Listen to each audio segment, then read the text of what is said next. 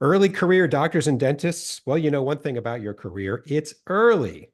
Your career is going to evolve, but what comes next? What could come next? Well, my guest today helps early career dentists work through this very question, and he's going to help you get started, and he's got some good advice for you. I'm Carl White, principal at Mark Advisory Group, which is a healthcare marketing agency, and I'm also the host of Practice Care. The mission for both is the same, and that's to help private practice owners stay private.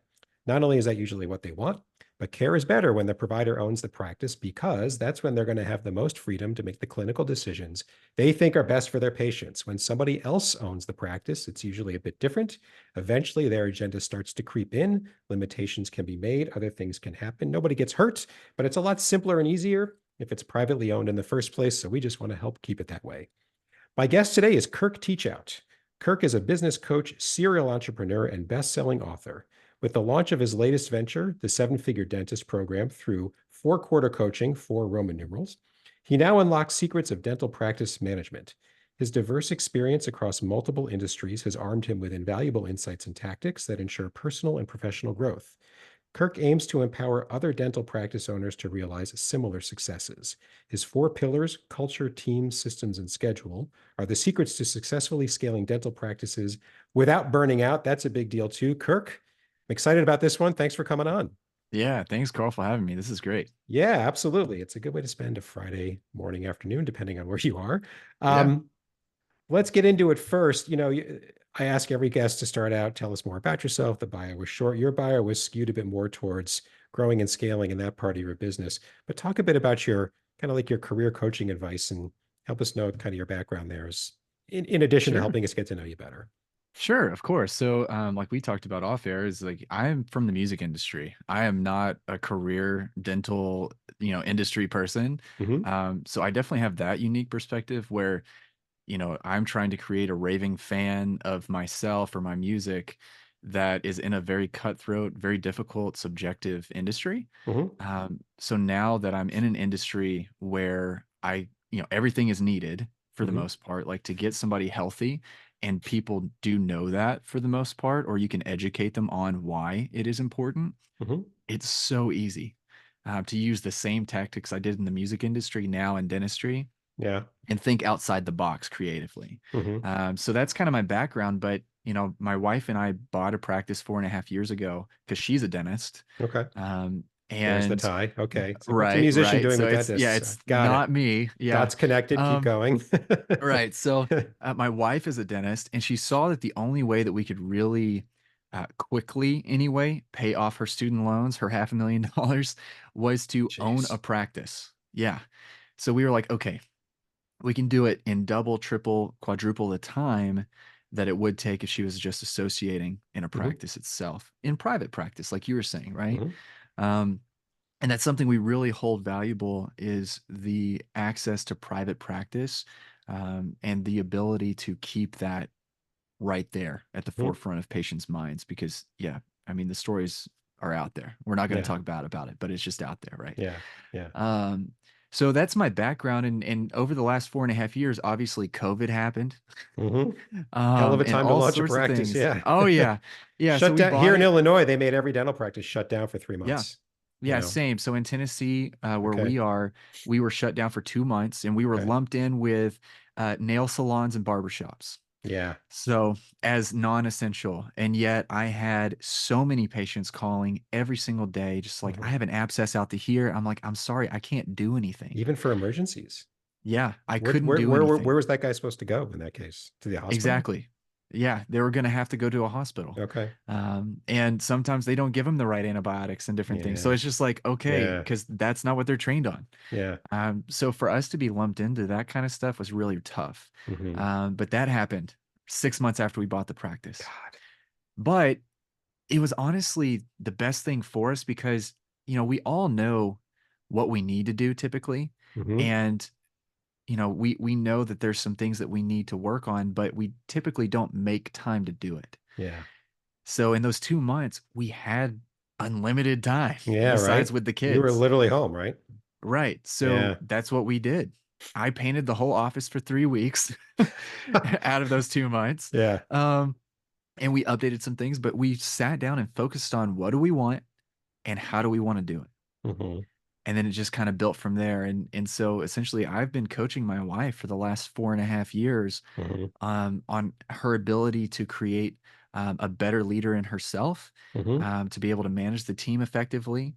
But then also, she's been doing the same for me because I'm not from the dental field. Yeah. So she's been coaching me on the dental side, and also my leadership skills. So we've been doing that for 4.5 years straight. But even with the program being so early on in its infancy, we've been able to see such success just because we do it differently. We Hmm. approach it differently, and we've worked on our systems, not just our goals. Hmm. As James Clear says in Atomic Habits, we don't rise to our goals. That's an arbitrary number, but we Hmm. fall to our systems.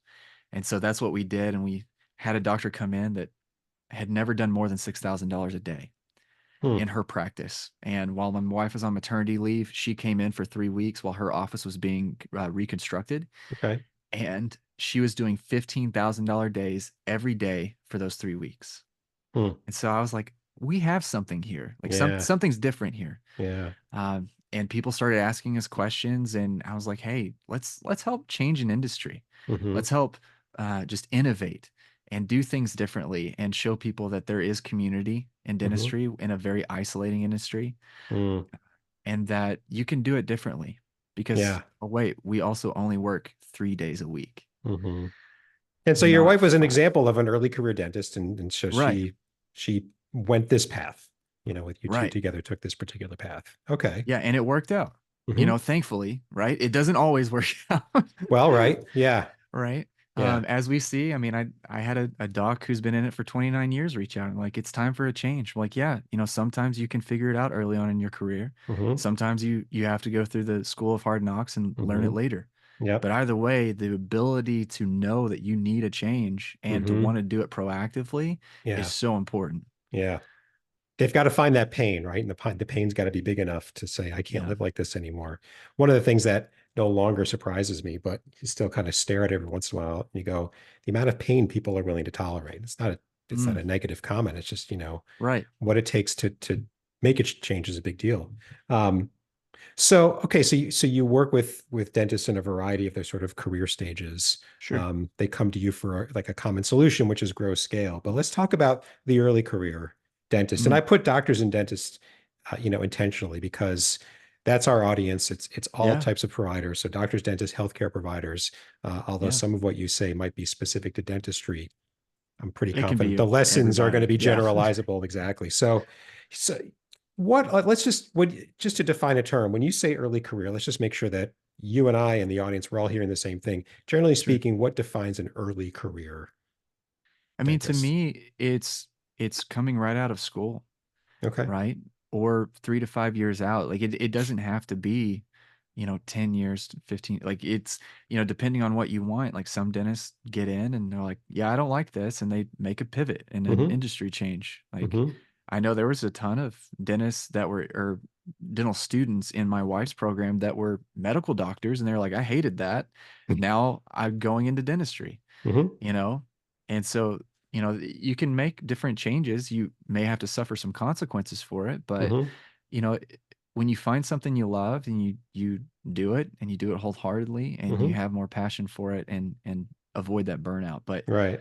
early, I would say anywhere from 0 to 5 years. There's a lot of changes, a lot of things you learn in those first Mm-hmm. 5 years. Mm-hmm. My wife being out 7 years now is just like, okay, yeah, we learned a ton in those first 5 years. Yeah. That sounds about right. I mean, I was going to say where, you believe, I guess whether you're right or wrong, you are a competent dentist. You could handle the Sure. patients that come in. Yeah. Okay. So with that as the sort of the definition, what are the choices they've got in front of them? And this is the first. So Oh your early man. career, what comes next? My God, like it could be, you Yeah. could get paralyzed by the choice. So what kind of choices do you see in front of I them? mean, obviously there's different roads they can take. They can, go into community health. There's Hmm. there's a lot of need there. Obviously it depends on what you're looking for, right? If you're looking for Hmm. pay, community health is not where you need to go Yeah. because they don't pay very well, and Yeah. rightfully so. That they're a nonprofit. They don't. That's kind of their niche. Hmm. But a lot of doctors and dental students when they come out, They're like, okay, yeah, I'm going to go to a DSO to try to get my speed up, try to get Hmm. paid fairly well. I'm like, okay, but once again, that's not private practice. You have no autonomy. Hmm. And when what we call in the music industry the suits, right, the business owners Hmm. are actually dictating the treatment, it's not a great thing. Hmm. They get So down you to that end up, level of granularity. Is that right? Treat them yeah, this way, yeah. I not mean, that way. Really? right, right. So they're Wow. like, no, you need to push this more. Like you have quotas that you've got to do this. It's kind of like almost a mechanic shop, right? In an oil Yeah, changing place. It's just like, oh, here's a dirty filter that I just pulled out of the back. It's just like that's that's not right. even mine. Yeah, yeah, yeah. So Where's it mine? gets really right. It gets really hairy when you get into the DSO world, and you have to be very, very strong in your moral compass there. Okay. Um, and even in private practice, because a lot of private practices do tend to move in a certain direction Hmm. with greed taking over. I mean, it just does. Like it's Hmm. natural. Okay, but there are tons of practices out there, which is my avenue, which I think you should do coming out early career, that want to mentor you, Hmm. that love teaching and Hmm. want to see you succeed. Hmm. You just may have to go a couple of different directions. You may not have as many options, Hmm. but to me, that's the best way to go early in your career because you can have real world experience, but then you can also have the beauty of an actual mentor in the Hmm. industry that is doing what you want to do Hmm. versus a business owner that is not a dentist that doesn't care about you at all. So go work for a mentor, kind of, sort of. Is that what Yeah. you're saying? Yeah. Yeah. So I want to branch off a bit. Finding a good mentor is not so easy. The qualities No. of a good mentor, there's got to be a good relationship. Give us your thoughts on how, how you make, not how you make it work, but how you find, I guess, how do you find a good one? There's a lot of people who say they're mentors and they suck at it, Yeah. they don't grasp it, or they do, but they're bad at it. Um, it's not easy to be a good mentor or No. mentee, right? So what are you getting Yeah. into? So talk a bit about that. Right. So, finding a good mentor is super important. The way I've found my best mentors Hmm. is by taking them to lunch. Like, I will pay for lunch. Hmm. I see somebody that I think would be a good fit for me, and Hmm. I'm like, hey, can I get you lunch? Like, Hmm. I would love to just pick your brain for an hour. Hmm. One, that's super flattering that somebody wants to take you to lunch Hmm. and wants to pick your brain because you're that interesting. Hmm. So they more than want to do it. But just pick their brain, like ask specific questions, like to see if they have a giving spirit, right? Hmm. Not just it's all about me. If they're just talking about themselves the whole time, probably not the best mentor. Yeah. Um, but if they're Yeah. talking about you, trying to figure out more about you than themselves, Hmm. that's like, okay, clearly they have interest in me. Yeah. It's somebody I may want to mentor me, even if it's not for a job position, just finding that mentor. Hmm.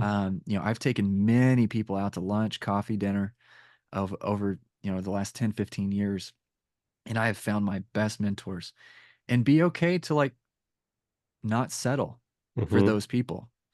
Yeah. If you just got a weird feeling, a gut feeling, like use your intuition. Like maybe they're just not the right person, and that is okay. Hmm. I Yeah. can't tell you how many times I've hired a coach and like it's not a good fit, and we fire them. Hmm. Like, it's just not the good fit. I thought it may be, but it's just not. Yeah. Um, And you've said in a couple of different ways without using the following words, have some idea of what you're looking for. If you're going to yeah, take somebody to lunch, one of the first things they're going to either say exactly or not quite say is, how can I help you? yeah, Got to have a pretty decent answer to that. I'm 3, 4 years out. I'm trying to get some clarity on what could be next for me. And it just seems like you could be able to help me kind of make some sense of that. But if you're vague, you're only going to get the advice you get is only going to be as specific as the question you ask, yeah, and so if you're not sure what you're looking for, and also when you said, it was a bad fit, so we didn't, so we got rid of them, you got to have some idea of what you're looking, the qualities you're looking for. And maybe that's a 4 or 5 lunches before, and you just say, look, I'm just looking for some advice over lunch. Don't commit to yeah, anything. And maybe that's the way you figure it out. You don't have to know it all right away, but people can only help you as much as you can articulate the help you're looking for. sure. So you got to have some ideas on that. Um, so Find a mentee. That's an early career choice. What's not really? It's a way to help you figure out your choice. But what sort of choices have you seen? You mentioned community health, pros and cons. What other sort of you know I'm early career. What's next? What other sort of choices do you see as Sure. I mean, you can options? obviously do a startup. Mm, That's an option, it you is. know. A startup. I personally like acquisition better Mm-hmm, just because with startups, you're strapped for cash. mm-hmm, You have so much unknown. mm-hmm, With acquisition, you can fire people and hire people you want if you have to, mm-hmm, but at least you have the cash flow. mm-hmm, It's like there's gonna be stresses throughout both the startup mm-hmm, and the acquisition, but at mm-hmm, the end of the day, the cash flow is not typically what you deal with in the mm-hmm. acquisition. And Yeah, finances are the number one stressor. they are, and it's such a good point. I've had clients who are startups, and I've had clients who acquired, and the acquisition just seemed like because you have to pick carefully. You can acquire a bad practice, but if you pick a good Yeah, one, you just acquired the cash flow, the name recognition, the reputation. And yes, it's you now, not the person that you bought out, but you can transition that as long as you do it kind of carefully and thoughtfully, sure. and don't just toss it out. So yeah, it's or come in and then have a buyout plan over time, something. It's just, uh, Yeah. it's nice. So that's another option. Any other before we leave the question? Any other sort of options you see? No, I mean that's pretty straightforward. I mean, those are your options. I mean, obviously you could do mission work. There's a tons of things that you could do, but as far as like, Academia, yeah, yeah, I mean, yeah. that you can go work for the dental school, Mm-hmm, different things.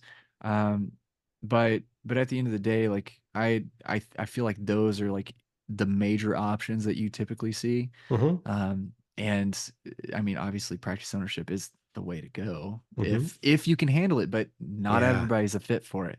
Yeah. They're not. So, Yeah. if you can find a good practice, like we have an associate now, where you find a good mentor that wants to see you grow, and Mm-hmm. that we let our associate eat first. So my wife treatment plans and hygiene, Mm-hmm. and we pack our associate schedule, Mm-hmm. and then my wife does the overflow. So if you can find somebody who actually utilizes you and Mm-hmm. wants to see the best of you, then that's a win-win. Okay. And you just said not everybody's a fit for practice ownership. What are some of the qualities, good fit, bad fit, that you've seen? Man, number one, you got to be a good leader. Mm, If you're not a good leader, you will fail hmm. Leader of others, not because, just yourself. right, yeah, Yeah. yeah. No, you have to be a good leader of others, not a dictator. Nobody likes a Mm-hmm. dictator. There's a reason Mm-hmm. why they always get overthrown, period. Um, like in Sometimes it any takes a long time, but dictatorship, yeah, yeah, right. It's in just any tough to last. dictatorship, they eventually get overthrown Yeah. by some rebellion or civil war. Okay. And they're looking over their So, shoulder the entire time up until then. So yeah, even if you never actually get overthrown, you are worried. So yeah. yeah. So being a great leader and leading your team, not Mm-hmm. just telling your team what they need to do, but leading your team to it. So, like, our team knows that we are in the trenches with them, that we Mm-hmm. have their back, that we do not ask them anything that we are not willing to do because we have done it and they have Mm-hmm. seen us do it. Mm-hmm. But allowing yourself to get better as a communicator, as a Mm-hmm. leader, Mm-hmm. um, are really the two things that I see the most in the good qualities of Mm-hmm. practice ownership. And the ones that have the most chaotic practices are typically because they're not a strong leader. They let Mm-hmm. their team run all over them and let them do whatever they want. Mm-hmm. And they're a terrible communicator, Hmm. period. Yeah. Um, but then after you get through that, then obviously if learning about the business side, and I was and just going that's to what ask, where does business sense, business yeah. side? Yeah, I mean, you can get away with a lot on the business side if you're a good leader and a good communicator, Yeah. because you can at least hire somebody who knows it if you don't. But obviously, if you do know it, then you know what to look for and know what Yeah. to watch out for. Yeah. But so you do need to learn that, which is what I do primarily, is just help people with the business side. Because they Mm-hmm. spend $500,000 on the clinical side, that's not a skill they have to worry about. Mm-hmm. They have to worry about now the business side, which they're Mm-hmm. not taught in school, Mm-hmm. and now they're left to their own devices. They're like, I don't know what I'm doing. Okay, well, I see the money going up or I see the money going down in my account, but I don't know Yeah. why. Yeah. Yeah, it's a good point. You know, and it's this podcast exists because there's zero training in pick your provider specialty. There's no training in that Sure. school. Um, and you see smart people, they can figure it out. And nevertheless, whenever I see somebody who says, you know, it's clear that they want to know. You can set Yeah. up things to say, look, I don't have to know my numbers as well as my accountant does, but there's a few numbers I just need to know. I'm supposed to know them. Yeah. Versus those who say, oh, that's the practice manager. I mean, I've learned I would never want the practice manager's job because everything's heaped upon them with all the Yeah. expectations about ownership, nothing close to it. And it just seems like you're setting yourself up, and they just keep resisting, resisting, resisting. And I'm like, I don't know. It's a business. It's practice. Yeah. It's a clinical business, but it's a business, and you just need to know. So the business side. Have you seen people that strong on leadership just totally resistant to the business side, or one Yeah. way or the Yeah. My other? wife. Okay. um, I You mean, have an my unusual, goal. maybe it's not so unusual, but when it's a husband wife and it's the division of responsibilities are as you have them, because you're in it Yeah. to win it too, right? You're not an Yeah. employee who punches out at 5 o'clock, kind of, whatever, and just that's not my Yeah. problem. Yeah. But I mean, like where it's not that setup, have you seen, seems like a good Yeah. leader, just man, they just keep resisting the business side. Would that be Yeah. yeah. Yeah, they do. And like that's why I said, I see the account going up, so it's fine. Like that, Mm-hmm. that's what I've heard before. And I'm like, man, if you just knew why it was happening, and I know that there's holes in your bucket of your business that could be tidied up, and you could even have even more, Mm-hmm. and get rid of some of the chaos that you're seeing, Yeah. you would just your life would change so much. Mm-hmm. um and that's ultimately what we want. Like, yes, we work, right? We have to work for Mm-hmm. money. It would be nice sometimes if we could go back to selling goats and trading things, but Mm-hmm. you know we need to be able to optimize our lives and have a clear picture of what that looks like. Mm-hmm. I think it was Oprah that talked about how basically clarity is what gets rid of chaos. Like, if you have a Mm-hmm. clear picture, Mm-hmm. and you know exactly what you want, and some people don't, and that's fine. My Mm-hmm. goal is to help them through that. Mm-hmm. But have a clear picture of what you want, how to get there, then the chaos that's in your mind, not being able to turn things off, gets so much better. Yeah. Yeah, So because much better. with a goal, what you want, another way to say is you have a goal, you get good at figuring out, does that help me get there or not? If it doesn't, you're like, Yeah. all right, it's out. Yeah. Change your And you goal look if at you the want. systems like we But talk about but without it, that you're get like you you're to always there. chasing, right? So Yeah. it's, am I getting there? Well, are you getting where? You haven't said where you want to go. Right. So And you you'd be might be. surprised at how many people don't have a goal, like Yeah. a simple goal. Yeah. Like, I'm like, wait, you don't, like, your team doesn't know like what Yeah. to look for? Like, no, we don't. I'm like, well, what's your payroll percentage right now? It's 37%. Okay, hold on. Yeah. Let's get you a goal Yeah. first. Yeah. Yeah. And yeah, because you otherwise it's not possible to rest. It's not possible to Yeah. screen in and screen out whatever crosses your desk because it's not pointing at something. We have with, you know, in marketing too. It's, how much do you need to grow? I don't know. Well, then it's hard to cook up a marketing plan for you because it responds to a goal. Yeah. And if I don't have anything to shoot for, we're all guessing. And Yeah. Like, how many new patients are you getting a month? Like, I don't know. It's like, damn, man, well, do you, really? yeah, do That you seems like a actually simple need to number to grow? count. Yeah, exactly. Like, Yeah. it's like, okay, you may be getting 20 new patients a month. It's like, yeah, you need to grow. Okay, you may be getting 100 new patients a month. It's like, no, like, I feel like you need less than that because now Hmm. you're pushing patients out the back door. Right. Like, If 10 more you called know, today, could you handle them? I don't know. yeah. Really? It's like, you need to know that. Yeah. Yeah. Interesting. Um, so we talked about mentor before. So how do they figure out? Like, what advice do you have? So I'm an early career doctor, dentist. I'm 4 to 5 years out. I'm staring at the universe of opportunities in front of me, and more than one of them sounds interesting, right? It just takes more Sure, than one. How do I sort through this? How do I get some man. kind of clarity? I mean, obviously, like, talk to doctors that have been there. Mm-hmm. right? So find people. There are plenty of Facebook groups. I mean, Mm-hmm. there are plenty of communities that you can reach out to, but be open and be vulnerable enough Mm-hmm. to put yourself out there. Mm-hmm. And just like, hey, do you mind if we hop on a call? Like, I have some questions. I don't know whether to go to the DSO route or community health, or like find somebody, Mm-hmm. ask a question in one of those forums. Like, hey, I'm trying to figure out between private practice, DSO, or community health. Like, can somebody help me? Mm-hmm. They'll comment. They Yeah, will it's all true. comment, and they will Yeah. all give their opinions and why one is better than the other, and so on and so forth. Like, Mm-hmm. there's not a lack of information out there. Mm-hmm. Yeah, that's good to sort of start to collect the ideas, collect, oh, I didn't think about this. I Yeah. didn't think about that. And then just filter it through your filter of what you're thinking Mm-hmm. and try one. Yeah. Just try it. Like, you Mm-hmm. don't have to make a long-term commitment. Mm-hmm. If you don't know whether or not to go to community health or a DSO, like, okay, well, what motivates you? Does money motivate you? Mm-hmm. Okay, well, if it does, then probably community health's not the right thing. Is Mm-hmm. helping people what motivates you? I would probably go community health, because the Mm-hmm. DSO isn't going to help you with that. You're not Mm-hmm. actually truly helping the patient. You're Mm-hmm. just pushing numbers. Mm-hmm. So, Yeah. you just got to weigh, like you said, like what you want, Yeah. and find the avenue to get to what you want. Yeah. Yeah. Talk to people who are doing it. You Yep. know, online groups can take you pretty far, but eventually Yeah. you probably have to talk to some people.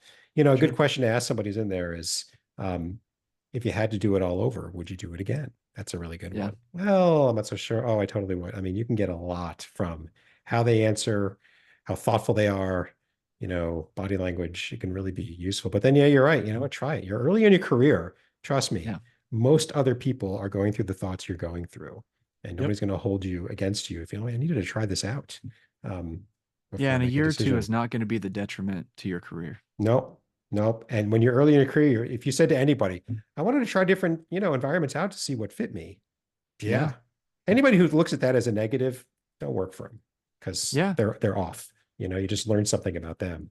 Right. Well, and let me touch on my wife's path, right, to practice Yeah. ownership. So, like, she graduated.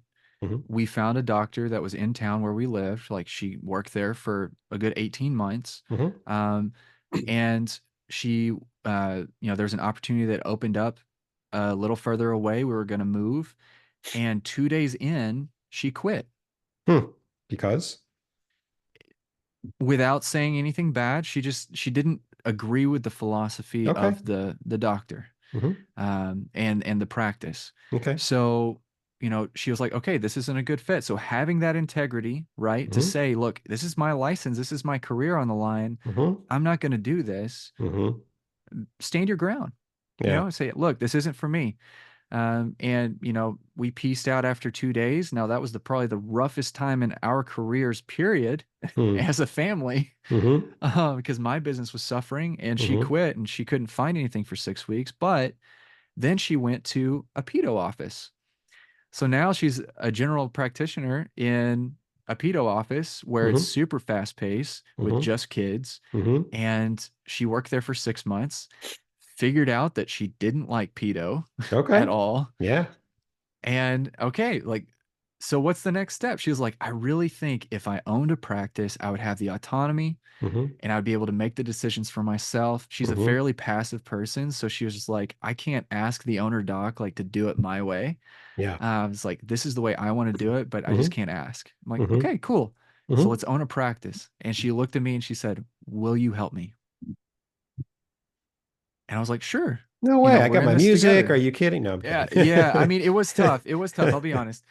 Because yeah, I pulled back from all of that because I Yeah. was watching the kids and doing music stuff at home at the time. Hmm. So I was pulling back on music so we could focus on the practice Hmm. and learn that together. But still, that was her path, was associateship, Hmm. fairly good. It was a good mentor. Hmm. Okay. But then another opportunity showed up. It was a bad fit. And she quickly realized it and she quickly pivoted, even though Hmm. it put us in a bind, and that's fine. Hmm. Then she went to pedo for 6 months and then practice ownership. Hmm. So, like, she dipped her toes in a lot of different places to be Yeah. able to figure out what she wanted. Yeah. And now we're where we are. Yeah. Yeah. There it is, right? That's what happens in early career. You jump around. Just don't jump around stupidly, right? I mean, Yeah, it's smart. Give it a good honest try where you could say, "Well, I left because," and your yeah, because is it's rational to say, "Oh, they would have figured that out." Makes total right. sense. Cool. Um, it's all good advice. It's good reminders. I love the part about, pick a good mentor if you can find one. It's not a requirement, but just Yeah. choose planfully. I'll put it that way. Um, is there anything you think I should have asked you or we should have talked about in terms of, options for early career we just didn't touch on? Man, no, I mean, like I said, it's all about leadership and communication, even if you're not a practice owner. Um, Is you know, leadership covered at all in dental school? Like no, even how to spot a good no, leader, how to spot a crappy leader when you go out no, there and work?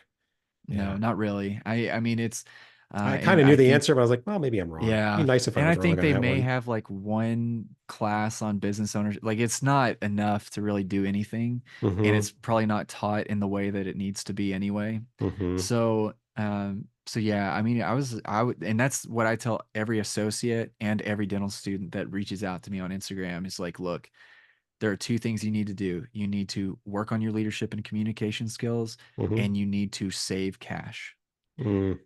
because if you don't have cash, a good nest egg, when things happen, you want other options, then you're up a creek. Yeah. So you got to make sure you save cash and develop your leadership and communication skills. Yeah. Any particular place you point them to for like, like a primer on leadership skills, just to sort of Yeah. Yeah. So I understand have the three books. terminology or yeah, okay, good. Yeah, so I have three books that I have every client of mine read, and we go through and also like masterminds and stuff. Is Hmm. one is the Go Giver. It's Okay. like I talked about the giving spirit, right? The servant leadership. Hmm. If you can find somebody like that, it's awesome. So the Go Hmm. Giver talks about servant leadership, and it's a parable form. It's very short. It's very awesome. Okay.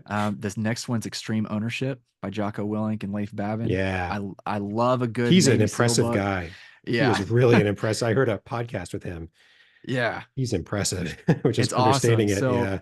extreme ownership, taking, like I said, extreme ownership, taking Hmm. ownership and responsibility for the decisions you make, Hmm. not complaining about what somebody else isn't doing, but Hmm. about what you're not doing to give them the resources to be better. Hmm. So it's a great book. And then the third one's the compound effect. Okay. So the compound effect is like, small changes and consistency Hmm. helps so much exponentially on the back end. Hmm. So you may not see the results today, but consistency is going to get you to where you need to be on the back end. So those three Totally books I would true. say you got to read. Okay. Excellent. Excellent. Excellent. Okay. So that was the first kind of bring us home question I ask every guest. The other one is, all right, we've got a listener, maybe more. We've caught their attention on this topic. Sure. They're enthusiastic about it, but they just don't know where to get started. Sometimes Yeah. people get really excited about something, but it's new and they're like this, I'm stuck at the starting line. There are a couple of nudges you could give them, simple things they could do to just, get going down the path of trying to figure out what am I going to do next? What could I do next? Yeah. I mean, I think like what we talked about early on, right? Take people to lunch. It's like Mm, something that's low commitment, something mhm, you can just ask questions. mhm, If I was an associate right now, or if I was in dental school or med school, whatever, and I was trying to figure out a place that I mhm, wanted to be, mhm, I would take people to lunch and be like, hey, you know, this is what I'm looking for. This is what I kind of think. mhm, What are your thoughts? mhm, And like let them pour into you, mhm. and see if they would be a good mentor, a good fit. Yeah. And then also just kind of see what your next 5 to 10 years looks like. Like where do you want to be? Mhm, Early on before we had kids, I would have loved to travel more. Maybe pick something in like Washington State or up in New mhm, York or somewhere. Well, do that and figure out what you want to do. mhm, And look for mentors in new places and jobs and mhm. different things and just try. I think that's probably the thing that most people really fail at is they're scared to try something Yeah. new. Yeah. But it's not that big of a deal. Like, It's it's not. not And the going to be a fear, whatever detriment. fear you've got is worse than the reality. It's probably not even necessarily true. And so you try something, you're smarter for it. And just make sure you're learning in it. The Yeah. only failure is if you try something and then you're a year later, like, I don't know anything more than a year ago. Then you messed up. Then you Yeah. really messed up. And you get Um, what you put in too. Because I mhm. would argue that even a crappy situation, you can learn something. Yeah. I don't want any more of that. Let me pick that apart and make sure I can spot it the next time earlier. Absolutely. Yeah. And I'll add one little thing to the lunch concept. At the end of the lunch, the last question you should ask is there anyone else you could introduce me to that I could keep talking about this to and have them Yeah. connect you to the next person? I would say if you're going to take this seriously, commit to once a month, I'm having a lunch, something Yeah. that's, pushy but doable because you got to find this stuff out. And, the investigation, it gets larger before it gets smaller because you find out new Mhm. things.